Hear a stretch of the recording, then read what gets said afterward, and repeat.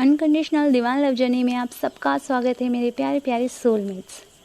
जैसे कि soul sock के दौरान मीन्स जब हमें अवेक होना होता है, अवेकनिंग का प्रोसेस शुरू होता है, तो हमें बहुत रोना आता है, इतना ज़्यादा कि पूछो मत। अब वो इसलिए रोना आता है कि जितनी भी प्रॉब्लम है, जितने भी कर्मा हम लोगों ने क्रिएट किए हैं, सारे जितने भी कर्मा हर प्रकार की वो सब रिलीज़ होते हैं। तो हम जितना रोते हैं ना, वो कर्मा पूरे हमारे आँखों के थ्रू बहता जाता है। कहते हैं ना कि अगर आप सो रहे हैं तो उस टाइम आप बोलिए कि जितने भी आपके कर्मा बैगेज हैं, जितने भी कर्मा बैगेज, प्लीज़ गॉड उस सबको रिलीज़ कर दीजिए। तो आप देखिएगा, आपको कभी ऐसा ड्रीम आता है कि आपके पास बैग है और वो बैग कहीं और छूट गया, कुछ ऐसा भी आता है।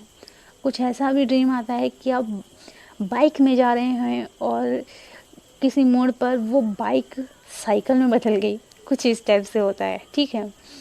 तो वो बाइक आपका कर्मा था, वो रिलीज़ हुआ तो आप साइकिल में आ गए, मतलब बहुत भारी था जो फिर हल्का हो गया।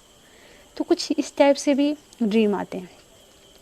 और जब हम बोलकर सोते हैं तो हम बहुत ज़्यादा, जब अवेकनिंग शुरू होती है ना, तो वो रोना इसलिए होता है क्योंकि हमारे बहुत सारे कर्मा होते हैं, इतने सारे कर्मा होते हैं ना कि वो पूरा रिलीज़ होता है, एक एक करके आंसुओं के थ्रू बहता है।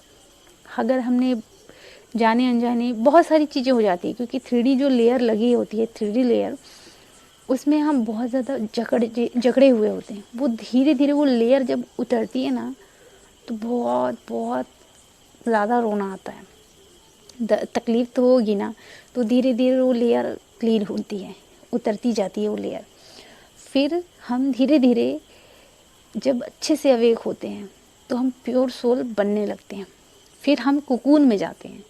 जैसे एक कीड़ा होता है ना, वो कुकून में जाता है, फिर धीरे से फिर बटरफ्लाई बन के निकलता है। मैं बटरफ्लाई इसलिए कहती हूँ कि मुझे अच्छा लगता है ऐसा बोलना ये जो बटरफ्लाई बनकर आराम से निकलता है, तो फिर जब हम बिल्कुल अवेक होते हैं, वो लेयर उतरती जाती है, तो हम कुकून में जाते हैं।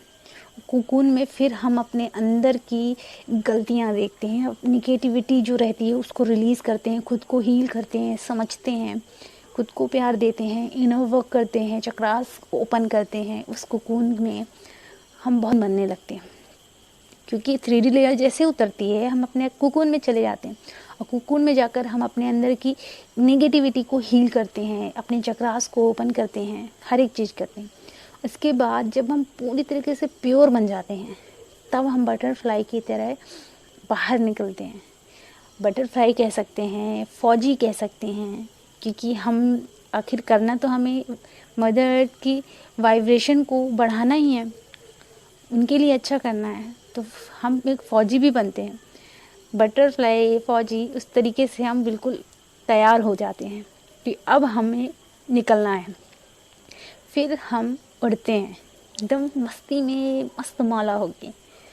तो अवेकनिंग के दौरान रोने का कारण यही है कि हमारी जो 3D लेयर लग जाती है, बचपन से बड़े होते होते होते कितनी लेयर लगती है, वो सब उतरती है, तब हमें रोना आता है। जो कर्मा है, वो हमारे जो क्रिएट हुए होते हैं, वो सब रिलीज़ होते हैं, तब रोना आता है। और जब वो सब चीज़ पूरी तरीके से उतरती है, उसके बाद हम कुकून में जाते हैं, फिर खुद को हील करते हैं, तब जाकर हम प्योर बनते हैं। फिर देखिएगा आप आगे चलकर रोना आना बिल्कुल बंद हो जाएगा। मुझे भी बहुत रोना आता था, लेकिन मेरे सारी चीज़ लेयर उतर गए हैं, तो मुझे रोना नहीं आता, सच में बिल्कुल नहीं आता। ऐसी पहले फुल मून और न्यू मून में बहुत ज़्यादा होता था, बिल्कुल नहीं होता। आज शायद अमावस्या है, कल न्यू मून है, और बताइए मैं यहाँ वीडियो बना रही हूँ, हंस भी रही हूँ, हाई वाइब्रेशन में हूँ। इवन मुझे अपनी डीएम एनर्जी को स्टॉक करने का भी मन नहीं हो रहा। क्यों नहीं हो रहा?